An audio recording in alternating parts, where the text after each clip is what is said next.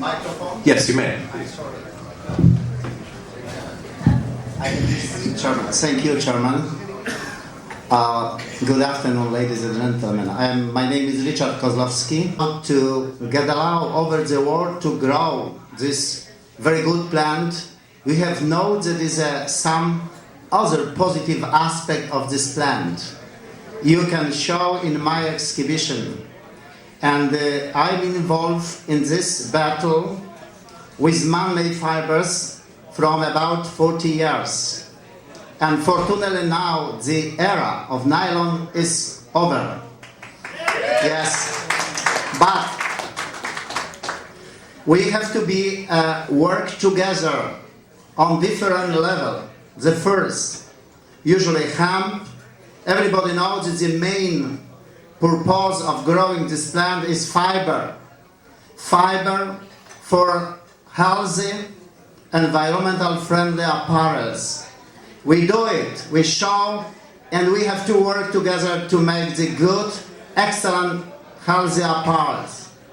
The second is other use of hemp, not only leaves and flowers and seeds too, for food, for making excellent oil, medicine, and the fragrance. Wonderful fragrance, you know, here is excellent smell, is excellent atmosphere. If this building, I think, thank you to High Times magazine for arranging this excellent events here. Another thing, we can use even hemp, whole plant and woody part for excellent healthy houses, small houses. Everybody dream to have such environmental friendly houses. And I have to tell last one very important thing. We found in our institute that such plant like hemp and other fibrous and oil plants, they are extracting pollutants like heavy metals from the land, especially cadmium, zinc, lead. Everybody now have to know that Europe, with such big density of population, is heavily polluted. We, with difficulties, can find area when we can grow without taking of cadmium heavy metals by this plant. We consuming a lot of fat, different plant consisting of the cadmium. And I have to show to the friends from America, from States and Canada, that you have too a high level in some places of cadmium too. Because in 50s years, when it was a Cold War, American Navy, they spread the cadmium sulfide over the stratosphere. And the result you have find here. Obviously in Europe, why we have cadmium? We used to match superphosphate, man-made fertilizing system, and usually, obviously, carb. But it's very important because this plant can natural way clean the land, avoid these heavy metals. We have to know about it in the fight against to put the hemp to law. And I wish you all a success, and I invite you to see my stand, our stand, Institute of Natural Fibers on downstairs. Thank you for your attention. In any medium and ask anybody, right? But I found that my ideas that come from this plant or whatever, I've got way too many ideas. I can't even keep up with myself. I'm like neurotic from it because it has so many functions and fits back into where it's been. Other things have been substituting for it. In other words, I feel like nylon and a lot of inventional things that were made, like even the Mexicans used to weave nice hemp hammocks, you know. And now they make nylon ones and they're ugly and nobody buys them. But it's like a coming back to the earth, you know. So everything can be made out of it. Whether I'm sewing or no matter what I'm making, I feel like I have to go work with this material. Like I said, I feel very comfortable with it. And when I smoke, I get inspired to work, you know, as an artist. And so it's like the two work together pretty well. You know, I know you guys know. Weight of material, you know, like there's a science to making clothing, and hemp has all of those. You can use it for all the different things if you just use it right. You know? It's pretty versatile. And you know, if anybody wants to design something, I have a hat, in fact, that was designed, I gotta tell this little story, it's great, for my friends who grow in the valleys of America and the mountains. And it's a dread hat. You put your locks in it, you tie it to yourself so it doesn't flop, and that way you can run to your patch and get to the cat claws and back, you know, without your hair attracting birds and cows and cowboys and whatever and catching in the bush. So the piece was designed for the female aspect, you know, like I was saying before. I would like to design more things that way. I'm sure there's plenty of guerrilla gardeners out there scratching up their legs, you know, need some good hemp. Well, we get most of our inspiration from the people. We have a retail store, and they come in and tell us what they want to see, things, ideas that they have that they're planning on working on. So if you have ideas, you know, start making them. That's the only way it's going to get out to people that aren't into hemp right now, or that don't know all the benefits. Chicago, and if you go into any art museum or archives, there are a lot of paintings there that are on hemp canvas, and it is pretty much known as in the art world as being that those paintings have been around for so long, comparably to archival methods used now, that when I was in school, I know many of the canvases that I use to this day, my paintings are falling apart because of also a lot of the chemicals that are used in the paints now that aren't used with hemp seed oil anymore. There's different, you know, chemicals used in that. But if you check into any history museums and through like Rembrandt's and, you know, any famous artists, you can get information on what they use. I've discovered that too. I've been an artist all my life. I've painted a lot of paintings, and now I only use hemp and hemp seed oil, because that's truly, you'll find out yourself that it actually feels better to use it too. When you're using it, you can tell it's gliding better, it's going to be better. It's just like, it's replacing, it should anyways, if we have anything to do with it, what went wrong. So it's kind of like, pot's not wrong, you know, you got to tell your mom, you know, it's okay. In America, it's really thought to be wrong, and a lot of us carry a lot of guilt, you know, actually waving a flag this long, you know. You sort of have it's like, woo, finally, you know. Because I've actually noticed that there's a reason, in other words, to switch back to hemp. And, you know, it's not just like, let's do it for fun, let's do it because it's cool, or whatever. It actually has a real reason to be done. That's how come in the industry of the male plant, I've discovered a lot. You know, I don't really dwell that much in anything. I just found from being an artist that it led me back to it, you know. Like the same way all of us, I think everybody in the world should just really wake up to what this guy said about the cadmium and stuff, to the fact that it's a healing herb. Question for the panel. Obviously, since hemp has so many advantages, environmental, clothing, cannabis, and we know that so many different people have sometimes very strong opinions on many sides of those issues.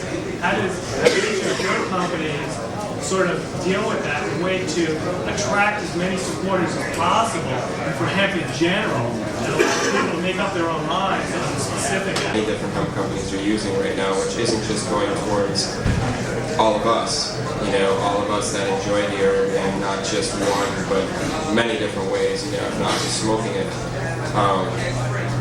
And that's something that's all part of us, you know, it's something we are all very much a part of in spreading cannabis consciousness, is speaking about it in the right terms, speaking about it not instantaneously going and saying, when somebody says, what's cannabis, or what is herb, or what is, you know, well, it gets you high. That's the very first thing most people say when I ask them, what do they feel, what do they think, what is it all about? They say, well, I can get screwed up.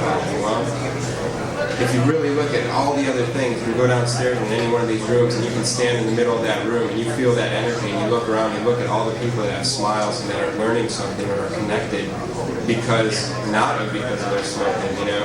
It's the alternative to it. It's the alternative that it's totally conscious, it's totally environmental, it's all good for you, it's not carcinogenic, you know, like that's the only, you know, real bad thing about smoking herb is that it's carcinogenic. Well, when you wear it, there's no negativity. You can't sit and think about hemp fiber and think of a negativity. And there's not many things in life, I think, that you can do that with, where you can sit and think about it, ponder it, and not feel bad about anything about it. And that's what we're doing as far as marketing, going back to that, is marketing it through eco stores, small boutiques where people want quality clothing, they want quality products, they want fresh designs, they want something that's leading, and hemp is leading. We all want to think that it's all fun, it's all good because it's hot, but it's leading, it's premier, it's the shit. It's the shit. It's Sunday. It's okay to use the E word. I think he was talking about enlightenment. And I got some. I just want to say that for our company, personally, I'm probably one of the only persons in this room that doesn't ever smoke pot. And I'm around pot smokers 95% of my time, and I can say that I'm into the cannabis because it is a medicinal herb and it has helped me out a lot in my life, monetarily and emotionally. And our business, I think the way that we go about marketing and who we apply it to, we really want to take our product, especially hemp jewelry, kind of gets lumped into this headshot category, hippie category, and we're really trying to pull it out of that.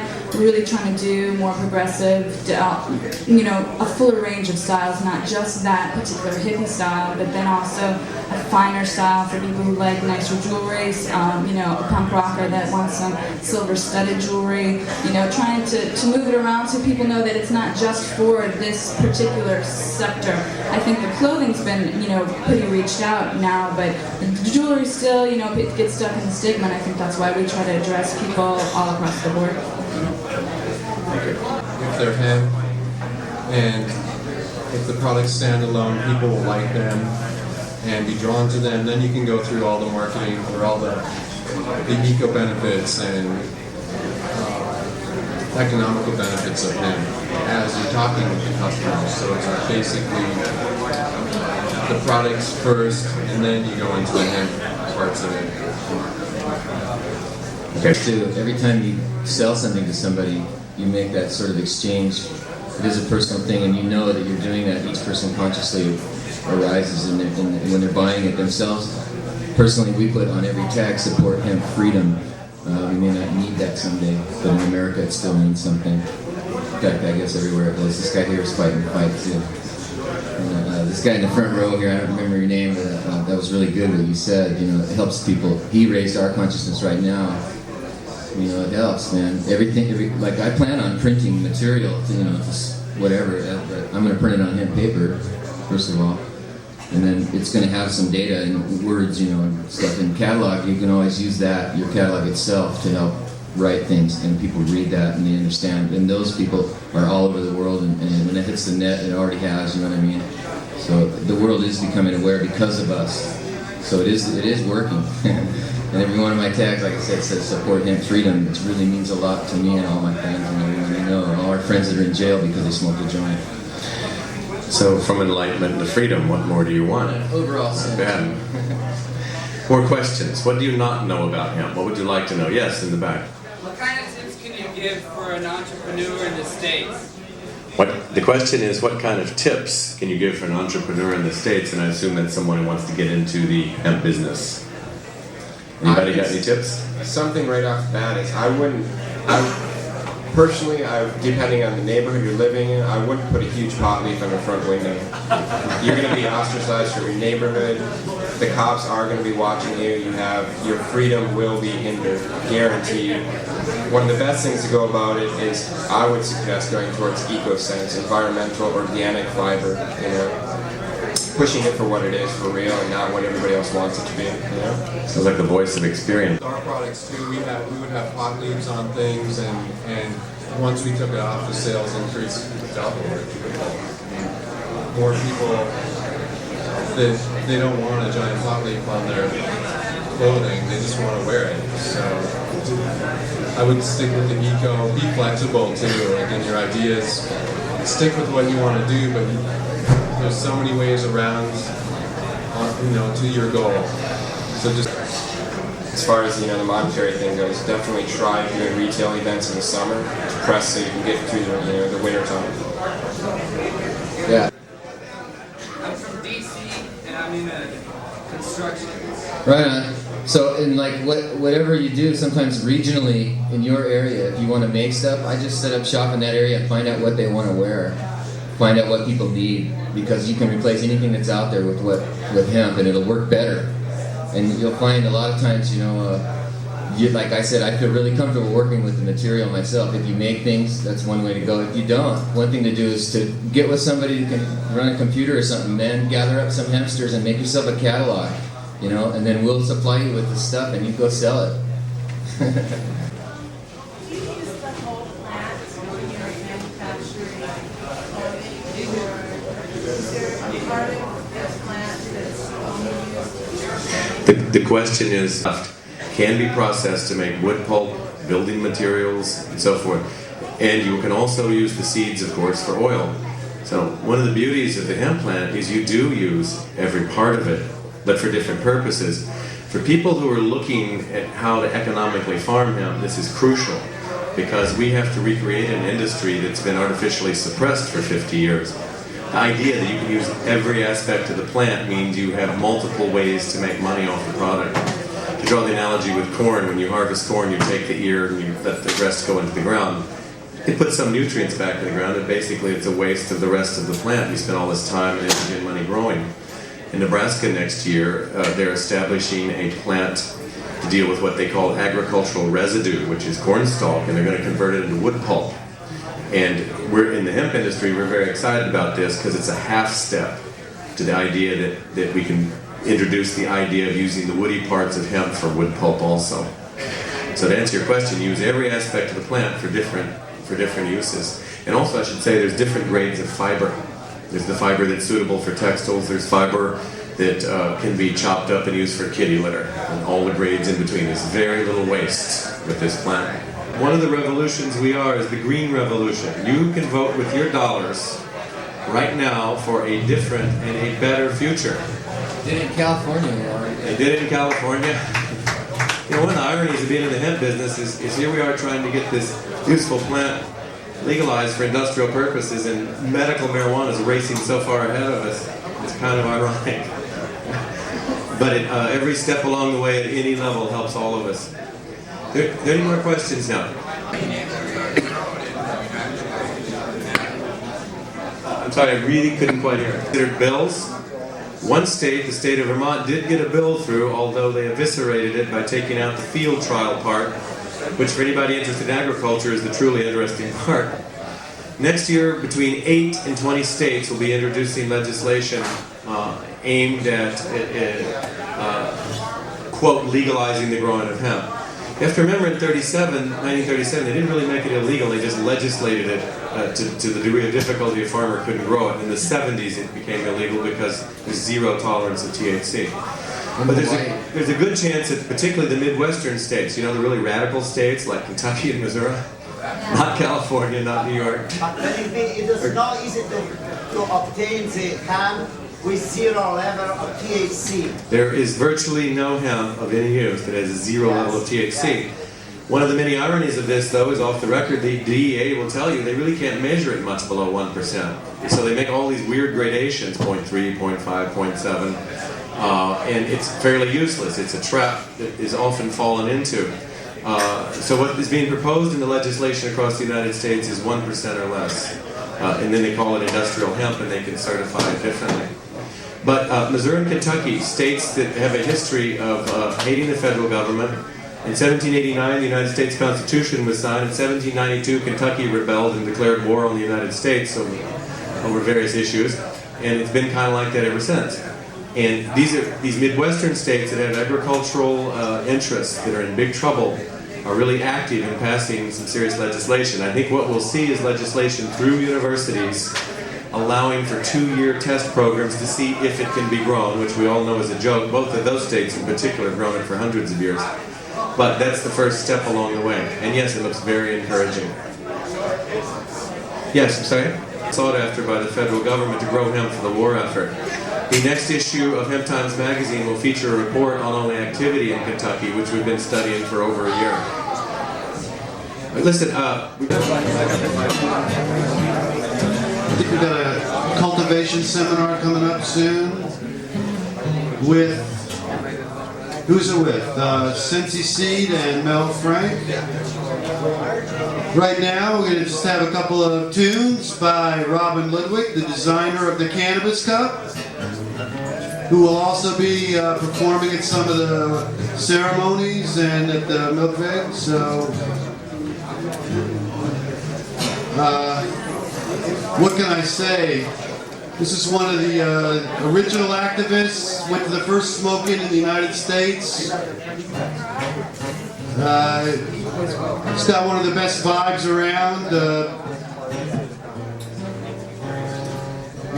He plays a lot of blues in New York City all the time, besides being one of the best silversmiths in the world. Please welcome Robin Ludwig.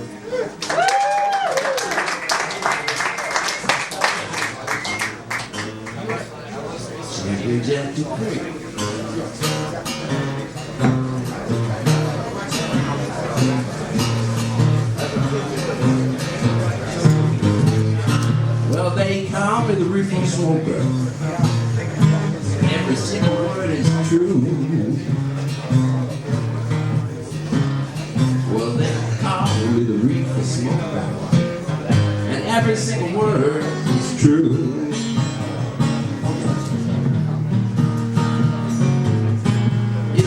Without reefer, tell me what in the world would I do? I was standing on the corner with a reefer in my hand. Well, I was, having some fun, cause reefer never hurt no kind of man. When up come a bold policeman and took that reefer out of my hand. Uh-oh, here comes trouble. Well, then he took me to the courthouse where the judge I had to see. He said, "You look guilty, boy. As guilty as you can be." Hey, he said to the district attorney, "Pass that thing to me."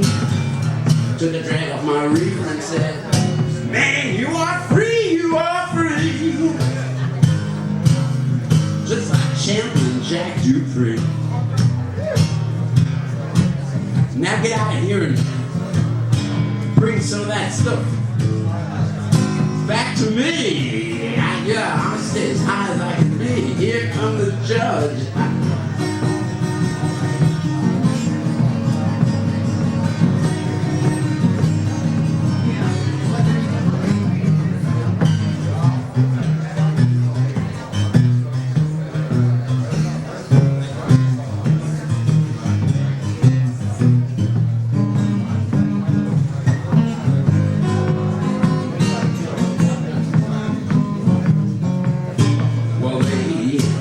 Deputy sheriff, he's the man who had the key. He said, "When I do my administration of justice, I stay as high as I can be. Get out of here and bring that stuff back to me." Well, that's why I stay so happy, because my reefer set me free.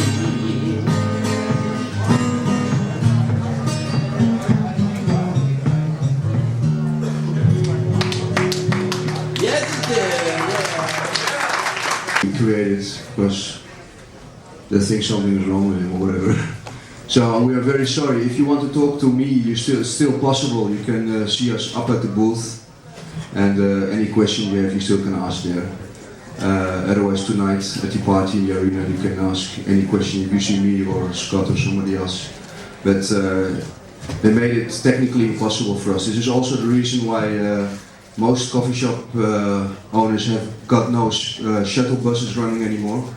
The Justice Department in Holland sees it as a kind of provocation.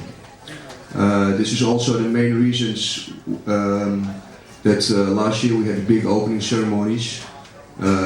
Tomorrow it will go a little bit different. They still will be there, but we have to keep a little bit low profile because of the Dutch government new rules. So maybe next year we can expand it a little bit again, but we have to apply to our rules, otherwise we have big problems in the weeks after when you're gone. So we have no choice, I'm very sorry. See you maybe later. Alright,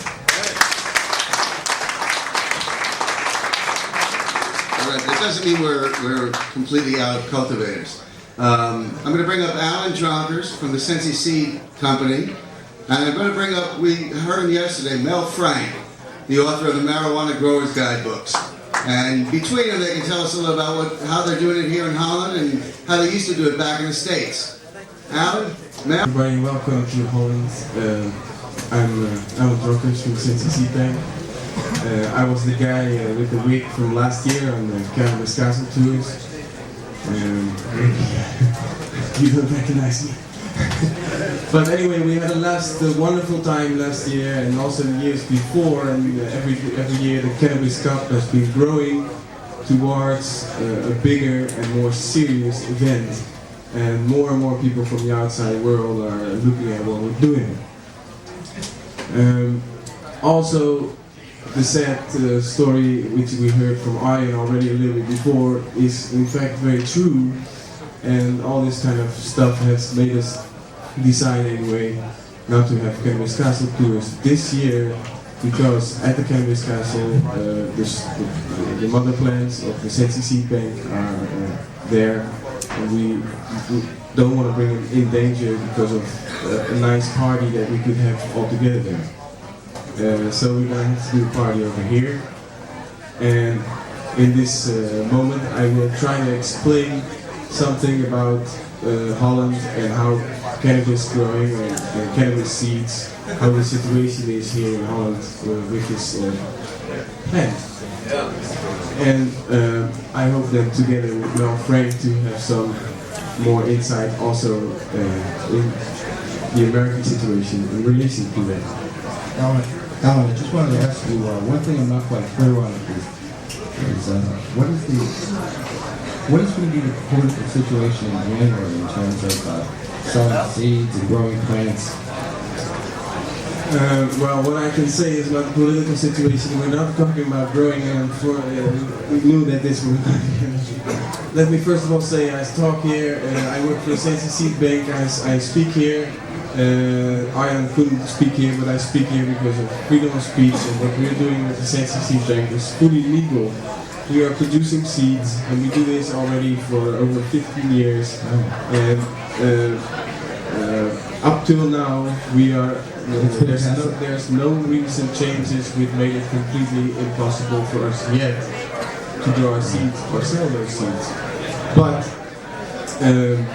you can imagine that this kind of pressure on the Dutch situation will make in the future make it impossible for us to produce seeds. That would be very much a shame.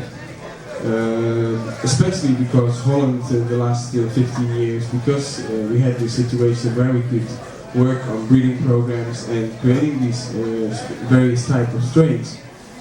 We created together with old seed stock, and we both know that most of the strains are directly related also to strains that were first brought from the United States to Holland still, and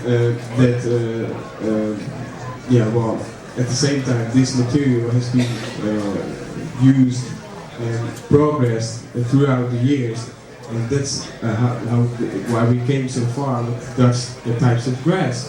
And this Dutch grass had a very interesting influence on the Dutch system, of course, because we had already coffee shops that were selling hash, but now people started to grow these seeds and basically provide coffee shops with grass. And that's why nowadays these coffee shops also sell grass which is produced in Holland, which means basically that Colombian grass you don't see so much anymore, and big international criminals that used to bring these enormous loads of quantities of bad grass from everywhere around the world into Holland, they are basically out of the market there.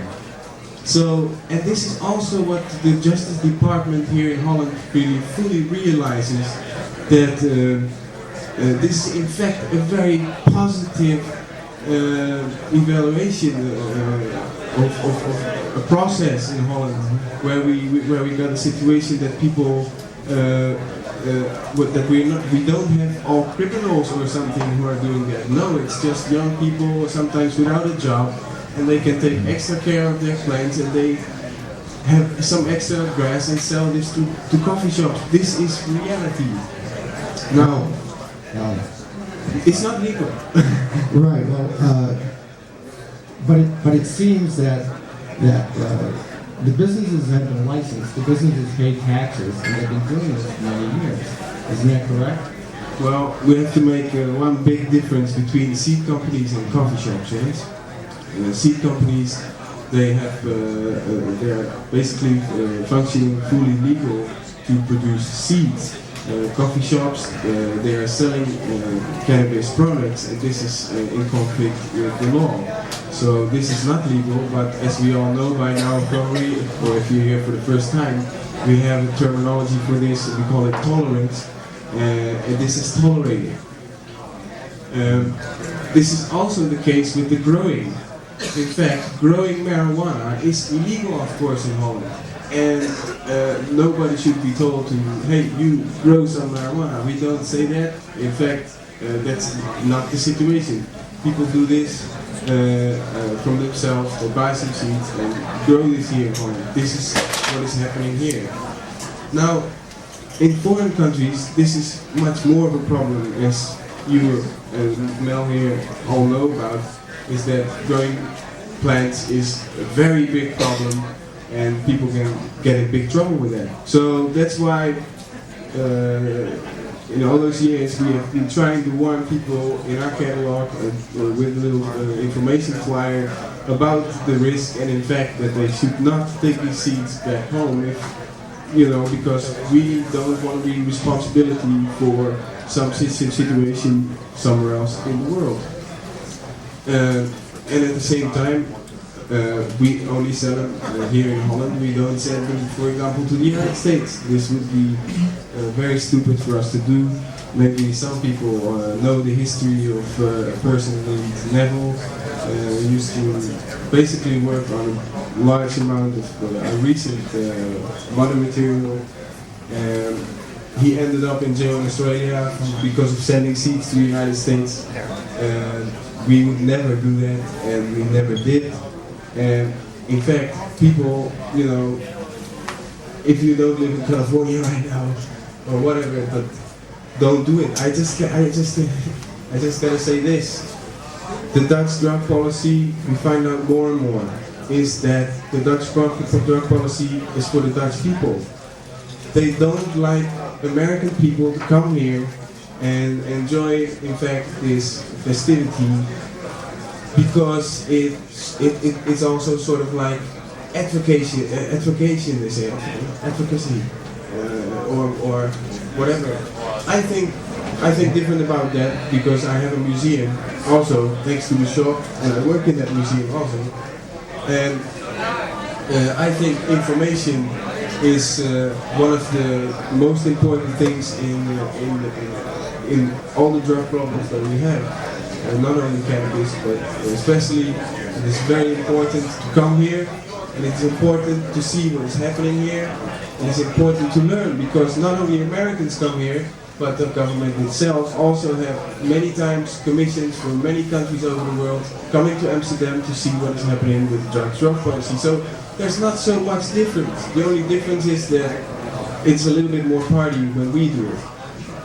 Now, I was already, this is important because we have to make a link here. The grower here in Holland is basically a small grower who is somebody who is doing this for a hobby. That is the main group. And they provide, in that sense, they have a very crucial role by now in our Dutch drug policy. They fit in there and it is seen as a positive effect. This is completely different in other parts of the world, but because of this sort of freedom, the Dutch have been able, of course, to experiment widely with all kinds of techniques. For example, we as a seed company have been able to work many years on breeding programs, and because of that, we have a little bit of advance that we can really fully work with the subject without, you know, having to hide it really somewhere between the floor, or I don't know how you guys do it. That's what Mel is gonna tell me a little bit about. And we also want to warn everybody else that, you know, please be careful. I know in what kind of situation you live. I can almost cry about what I know about many people and many friends and all the sad stories I heard. People in jail. My personal feeling is that, and this is a personal thing, I think all people who are in jail because of cannabis don't belong there. If we come together like this and share information and are at least free to talk about what we know, then one day maybe this will not be happening anymore. In the U.S., of course, growing is a felony. It's usually a draconian penalty. Sorry, did not expect to be here speaking to you, so I'm a little more stoned than I would normally be in such a situation. We want to talk a little bit about what the growing situations are and basically how these varieties came to be that many of you are enjoying. I can tell you that the situation in the United States, as far as I know, is that most of the breeders who develop things are now developing them from seeds that they did get from home. That's good and bad in terms of that there is good stock here, but almost all of it is hybridized, pure strain. So basically, there are hybrids being grown in the U.S. That's very interesting. And in fact, that is why we see seed companies popping out of the ground lately very quickly, and everything what we see around is a hybrid of everything lately. And this is something which is not a good development, but we know there are still pure strains around, and hybrids, for example, that are sold, they are all F1 hybrids in Sensi seed stores. They are basically built up of these pure strains because we have been able to continue these plants for so many years. Now, what is the crucial difference between Sensi seeds then and other seed companies? Because we have to see some other people were able to collect this material from the early 70s and still work with it, but not everybody, of course. Yes? I was going to say that most of you probably don't realize that the stock here in Holland, for the most part, did come from the States, and it came from breeders in the United States, who either traveled or had friends who traveled to the original countries of Afghanistan, Pakistan, etc., some of the African countries, Southeast Asian countries, and brought back original strains. And those strains were developed by less than a handful of conscientious breeders that we know of anyway, and developed into pure strains. In other words, they were just bred to themselves. But the best plants would be selected each year, produce the seeds for next year. Eventually, some of these strains became quite potent. In other words, all the potency genes, or the genes for high potency, were concentrated into that seed stock, and it was pretty much that all the plants within that group of seeds all were nearly identical in terms of their potency. So you had a purebred, what you would call a true breeding stock. Now, a few of these strains came to Holland,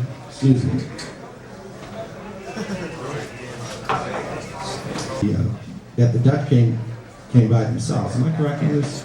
Is this fairly accurate? This is correct. In fact, the material from the early 70s from the United States, a lot of that ended up in the beginning of the 1980s in Holland.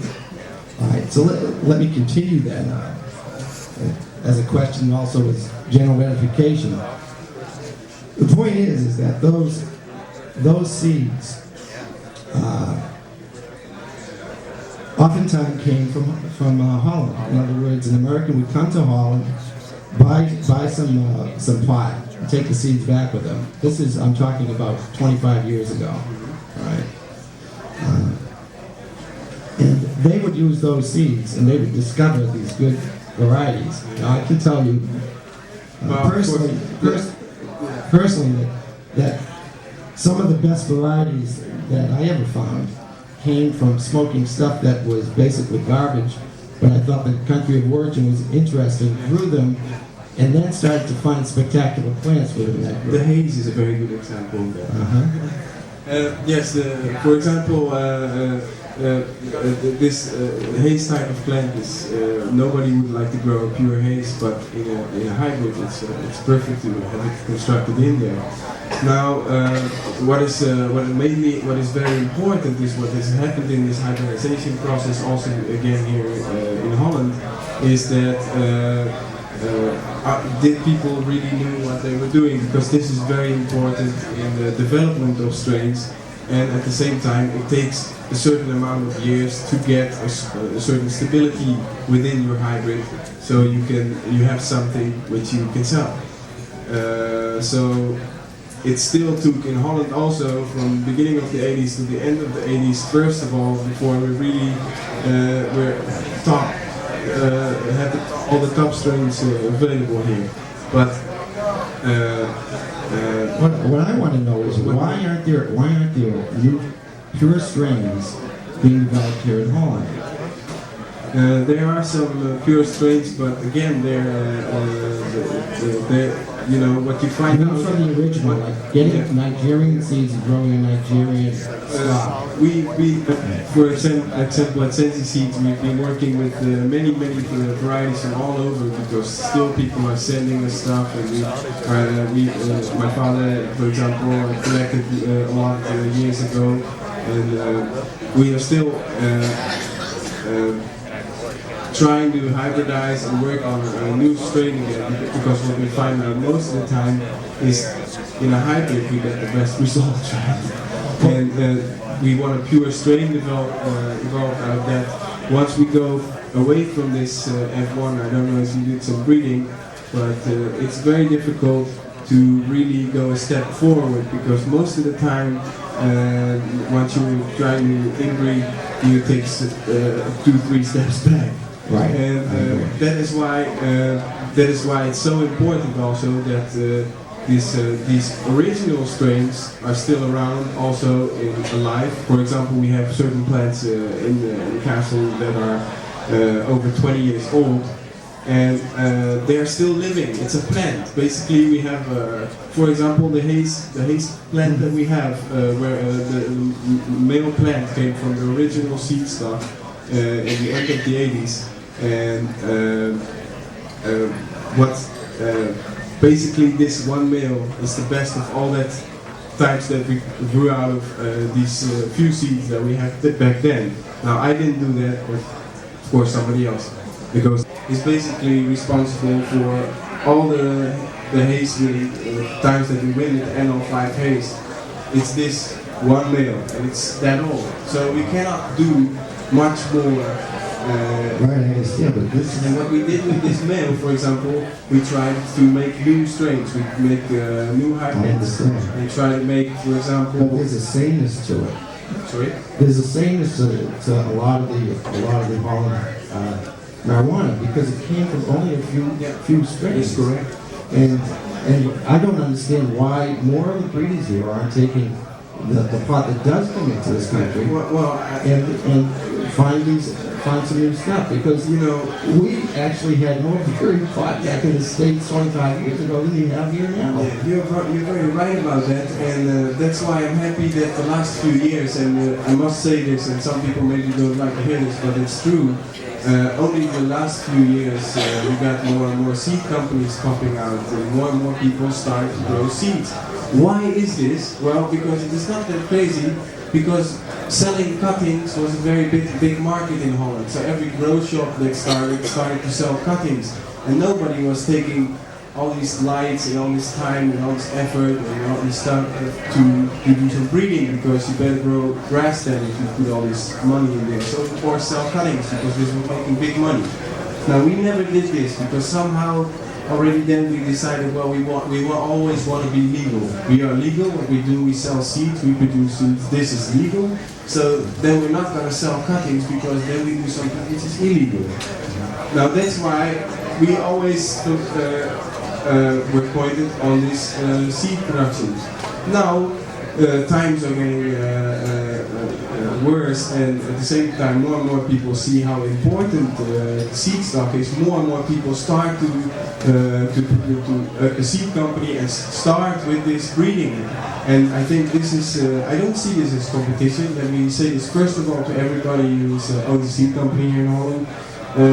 Anybody who is able to make something new, which is clearly different and has a quality and has certain stability, I mean, you should, win a prize. I mean, basically, this is what it's about. This is what is important. We've been doing it for years.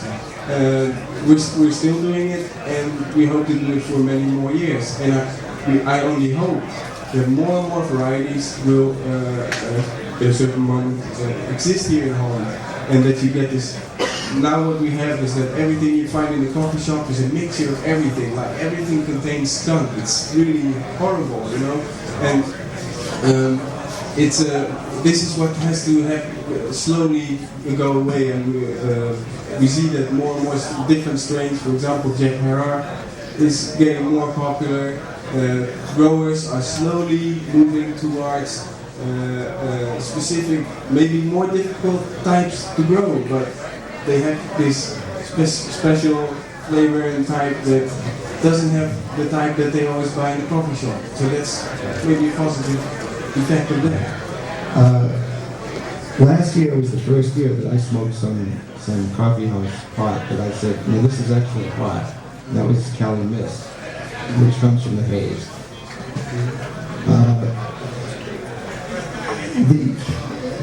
I really think that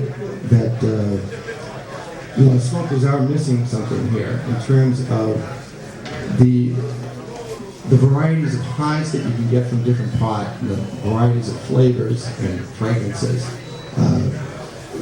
To me, there's somewhat of the sameness to the Holland pot. It's all quite good. Make no mistake about it, and it's very professionally produced.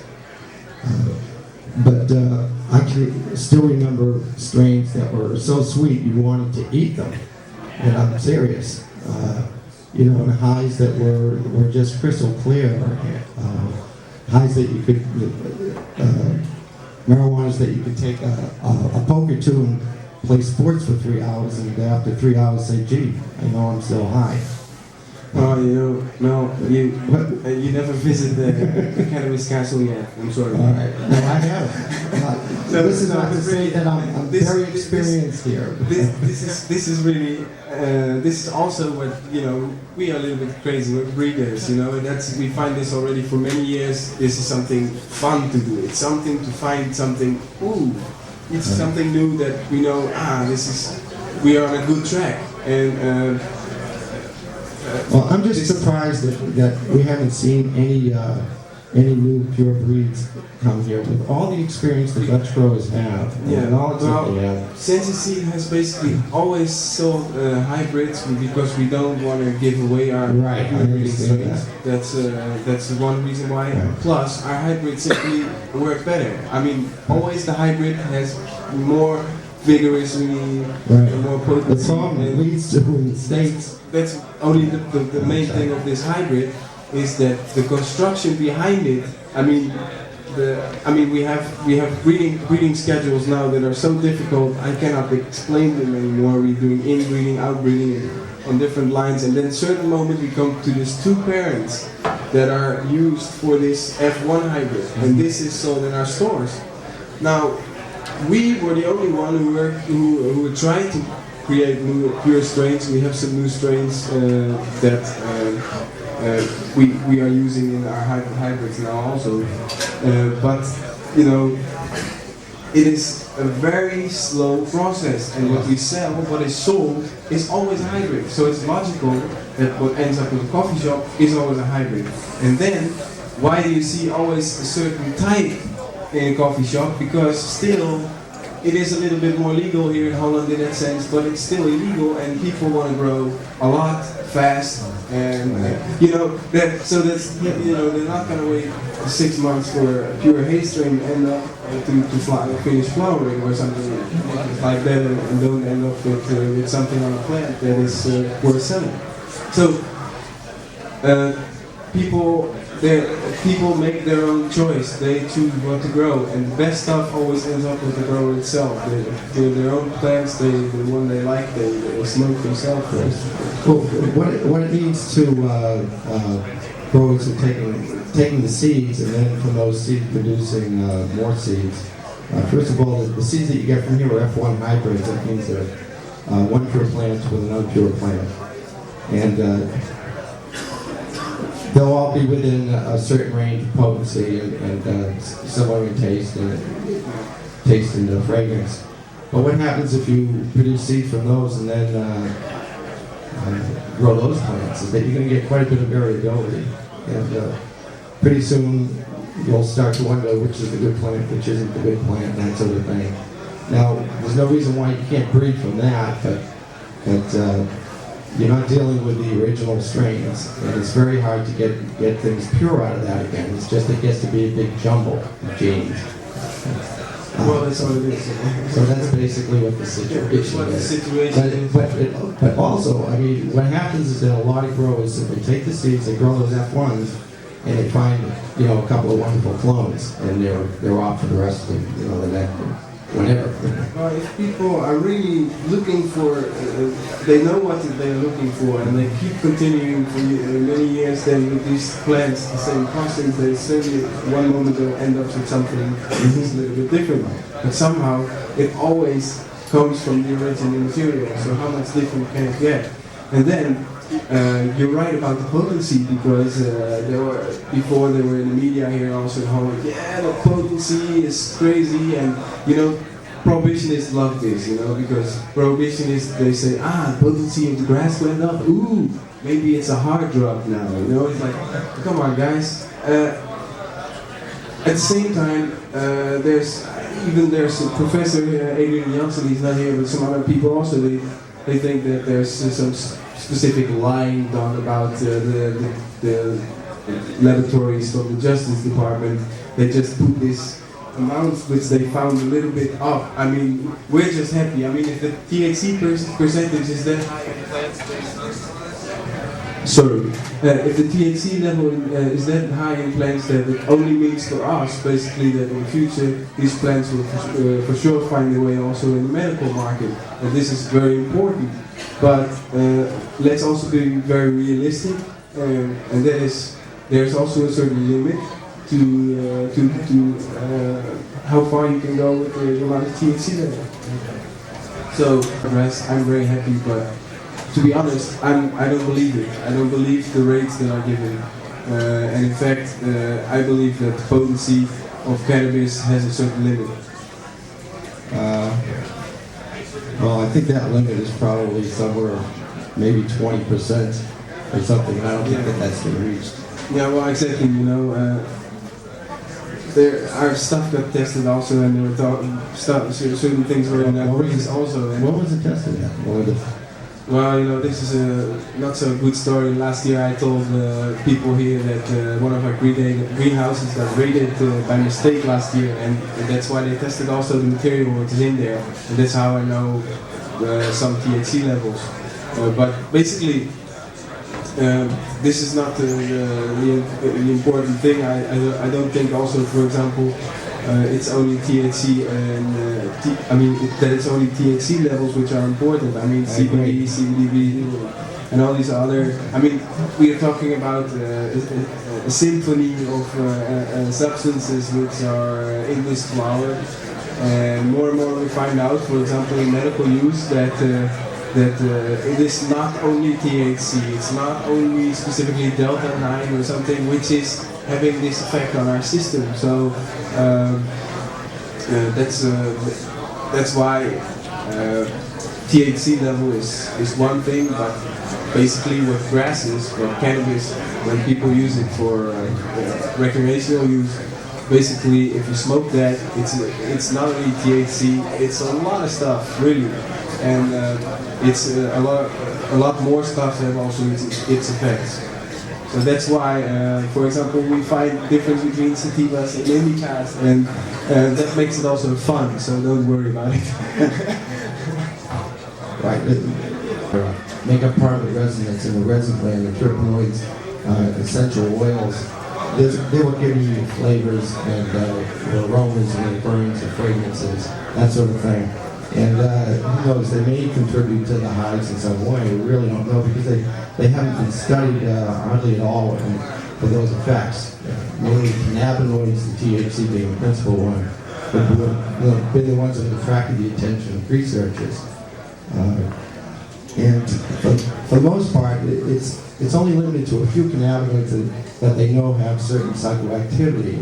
There's a THC, of course, Delta 9 THC, or Delta 1, depending on your system.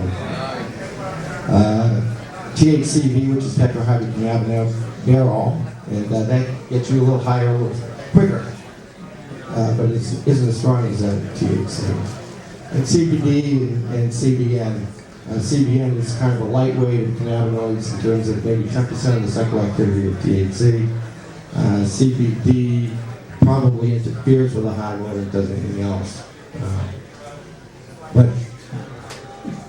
experienced smokers, or I think any experienced smoker starts to realize after a while, if they do smoke pot from just different sources, and I mean they smoke Thai weed and they smoke, say, maybe some Colombian, Mexican, Afghani, but really different kinds like that, they start to notice the differences in the high that they get. Certainly notice the differences in the flavors and tastes of the pot. I don't know where this is going. If you have to have bought it in different coffee shops in different days, so just do it, but 30 grams, that's basically the rule here in Holland.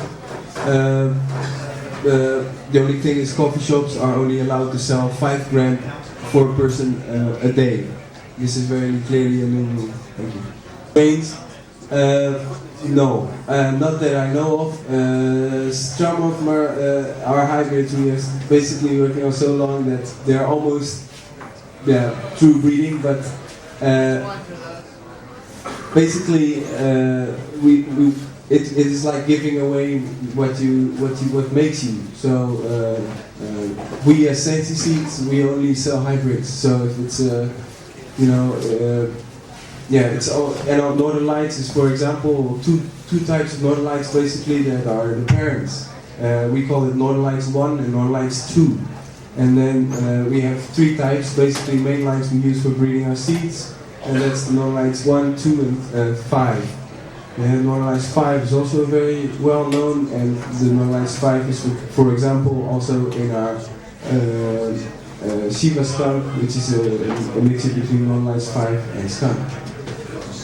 They've very roughly said, When you get pot from places like Colombia and Africa, where they've basically been growing the same stuff for so many generations now, you can smoke that and you may not think much of it, but when you grow it from seed, you'll be quite surprised. And the reason is that the growing conditions often are very poor, and then it's also the way they prepare their pot. Like in Colombia, they basically cut the plants down and compost them in piles.